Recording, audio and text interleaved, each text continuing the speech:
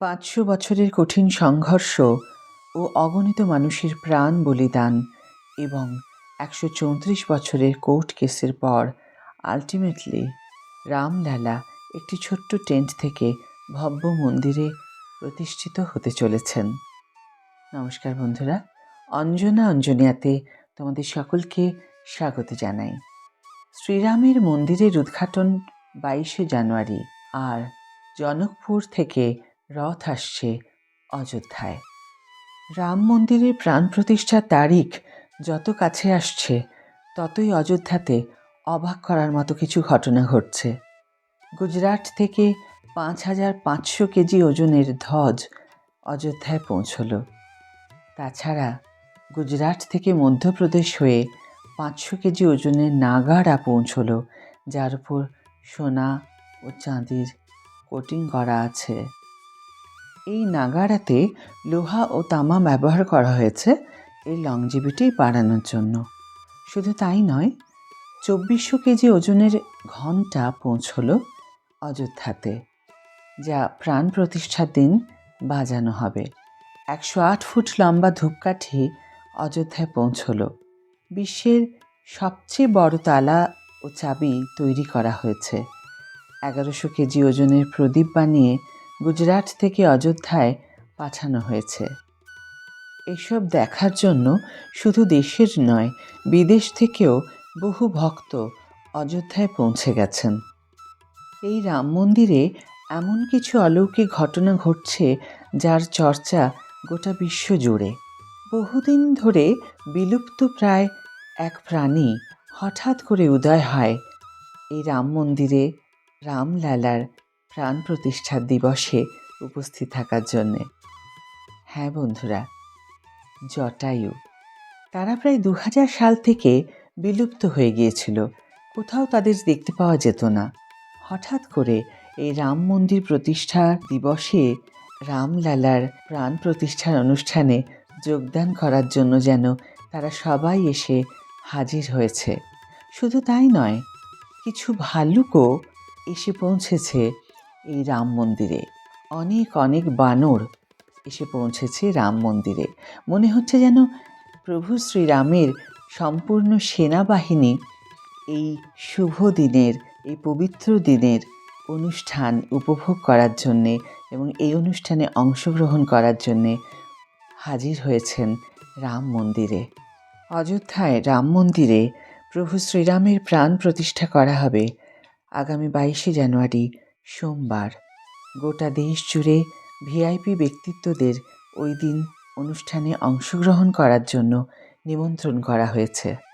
দেশের সাধারণ মানুষদের ওই দিন ওই ভিড়ে অযোধ্যা যেতে বারণ করা হয়েছে তাদের সুরক্ষার জন্য।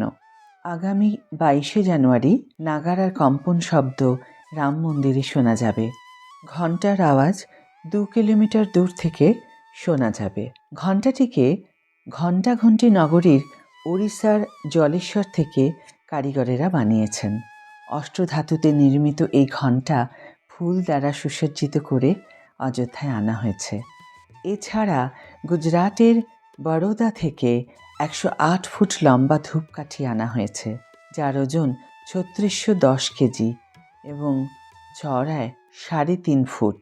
বরোদা থেকে ভরতপুর এবং আগ্রার ফতেপুর সিক্রি হয়ে এই ধূপকাঠি অযোধ্যায় নিয়ে যাওয়া হচ্ছে।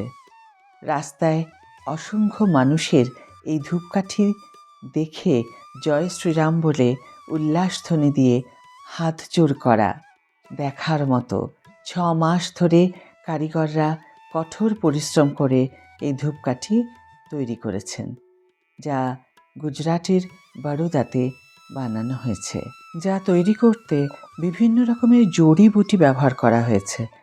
বলা হচ্ছে একটানা ১.৫ মাস ধরে এই ধূপকাঠি জ্বলতে থাকবে এবং এর সুগন্ধ কয়েক কিলোমিটার দূর থেকে অনুভব করা যাবে।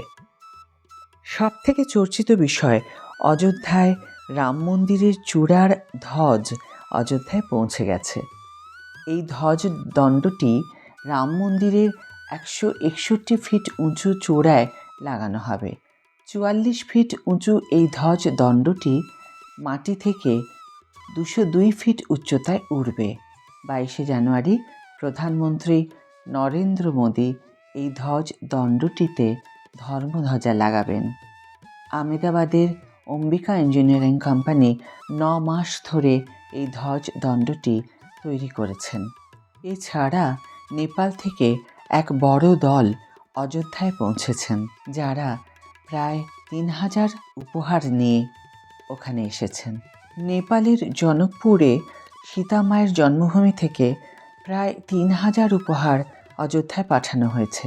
স্বর্ণালঙ্কার, বস্ত্র, এইসব জনকপুর ধাম রাম জানকী মন্দির থেকে 30টি গাড়ি বোঝাই করে অযোধ্যায় পাঠানো হয়েছে। রাম মন্দিরের জন্য একটি বিশেষ ঘড়িও লখনৌর একজন সবজি বিক্রেতা এমনভাবে ডিজাইন করেছেন যাতে 8টি দেশের সময় একসাথে দেখা যাবে। রাম মন্দিরে একটি তালা ও চাবি পৌঁছেছে, যা আলিগড়ের এক তালা তৈরিকারী সত্যপ্রকাশ শর্মা 10 ফিট লম্বা ও 4.6 ফিট চওড়া এবং 9.5 ইঞ্চি মোটা 400 কেজি ওজনের একটি তালা ও চাবি তৈরি করেছেন। উনি বলেছেন এটি পৃথিবীর সবচেয়ে বড় তালা চাবি, যা তিনি রাম মন্দির ট্রাস্টকে উপহার দিয়েছেন।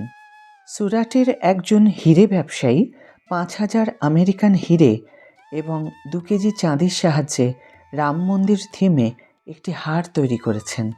40 জন কারিগর 35 দিনে এই ডিজাইন তৈরি করেছেন। এই হারটি রাম মন্দির ট্রাস্টকে উপহার স্বরূপ দেওয়া হয়েছে। এছাড়াও 1100 কেজি ওজনের প্রদীপ তৈরি করা হয়েছে। বরোদা নিবাসী এক কৃষক অরবিন্দ ভাই মঙ্গল ভাই প্যাটেল 1100 কেজি ওজনের এই বিশাল প্রদীপ তৈরি করেছেন। এটি একেবারে 851 কেজি ঘি বা তেল ধারণ করতে পারে। অযোধ্যাতে শ্রীরামের মন্দির 70 একর জমি জুড়ে তৈরি করা হয়েছে।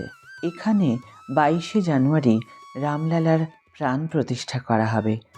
মন্দির উদ্ঘাটনে খুব বেশি সময় আর বাকি নেই। অযোধ্যায় জোর কদমে প্রস্তুতি পর্ব চলছে। এখানকার আবহাওয়া এখন দীপাবলির মতো। প্রাণ প্রতিষ্ঠা পূজা সমগ্র দেশ থেকে 121 জন পণ্ডিত মিলে সম্পন্ন করবেন। তার সাথে 2টি মণ্ডপ ও 9টি যজ্ঞাগার তৈরি করা হয়েছে। 3 জন বিখ্যাত মূর্তিকারী যে মূর্তিগুলো তৈরি করেছেন, এর মধ্যে একটি মূর্তি রাম জন্মভূমিতে বেছে নেবে রাম জন্মভূমি ট্রাস্ট, যা গর্ভগৃহে রাখা হবে। এই 3 জন বিখ্যাত মূর্তিকার কে জানতে ইচ্ছে করছে তো? এই 3 জন মূর্তিকারের এমন কি প্রতিভা আছে যে বেছে বেছে তাঁদেরকেই এই মূর্তি বানানোর জন্য ডাকা হয়েছে? হ্যাঁ বন্ধুরা, এই 3 জনের তেমনই প্রতিভা আছে। এদের মধ্যে একজন রাজস্থানের সত্যনারায়ণ পাণ্ডে, অপরজন মাহিশোরের অরুণ যোগীরাজ এবং থার্ড পার্সন বেঙ্গালুরুর JL ভট্ট। বলা হচ্ছে রাজস্থানের সত্যনারায়ণ পাণ্ডে শ্রীরামের শ্বেত বর্ণের মূর্তি বানিয়েছেন এবং JL ভট্ট ও অরুণ যোগীরাজ প্রভু শ্রীরামের শ্যামবর্ণের মূর্তি বানিয়েছেন। শোনা যাচ্ছে অরুণ যোগীরাজের শ্যামবর্ণের মূর্তিটিকেই গর্ভগৃহে রাখা হবে। তাহলে বন্ধুরা, এখন শুধু 22শে জানুয়ারিতে রামলালার প্রাণ প্রতিষ্ঠার উৎসব প্রাণ ভরে উপভোগ করার অপেক্ষায় থাকা। ভিডিওটা যদি ভালো লেগে থাকে, লাইক সাবস্ক্রাইব করে আমার পাশে থেকো আর কমেন্ট বক্সে তোমাদের মতামত জানিও। জয় শ্রীরাম বলে আমাকে উৎসাহিত করো। বলো রাম রাম রাম রাম রাম রাম রাম রাম রাম রাম রাম জয় শ্রীরাম। রাম রাম রাম রাম রাম রাম রাম রাম রাম রাম রাম জয় শ্রীরাম।